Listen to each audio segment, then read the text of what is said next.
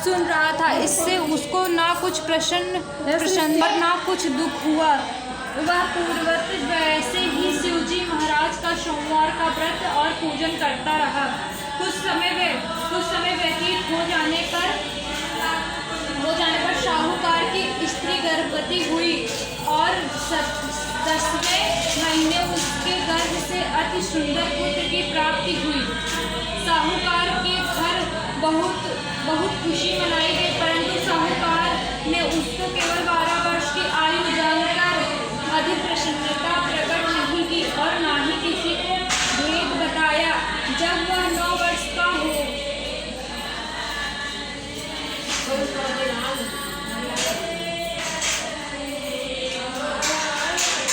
हो गया तो बालक की माता ने उसके पिता से उसके विवाह आदि के लिए कहा, परंतु वह साहूकार कहने लगा, मैं अभी इसका विवाह नहीं करूँगा और काशी जी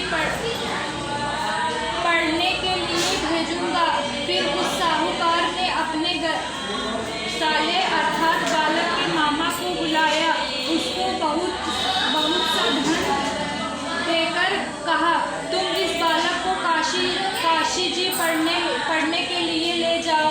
रास्ते में जिस जगह भी जाओ यज्ञ करते, दान देते तथा ब्राह्मणों को भोजन कराते जाओ। इस प्रकार का दोनों मामा भांजे सब जगह याद करते और ब्राह्मणों को भोजन कराते जा रहे थे। रास्ते में उनको एक शहर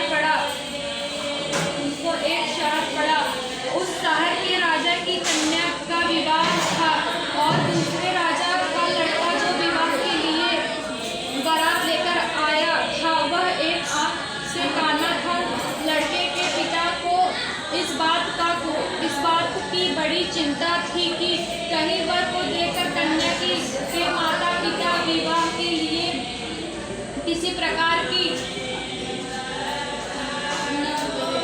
इस कारण वह उसे अति सुंदर सेठ के लड़के को दिखा तो मन को के विचार किया, क्योंकि दरवाजे के समय पर इस लड़के से वर का काम ले लिया जाए।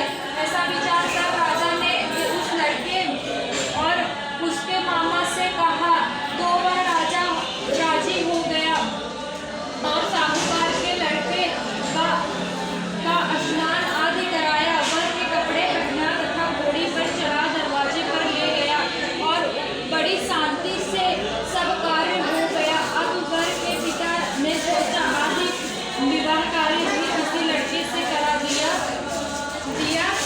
जाए तो क्या बुराई है।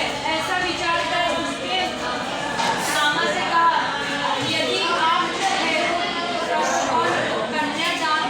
कन्यादान का काम भी करा ले तो आपकी बड़ी कृपा होगी। हम इसके बदले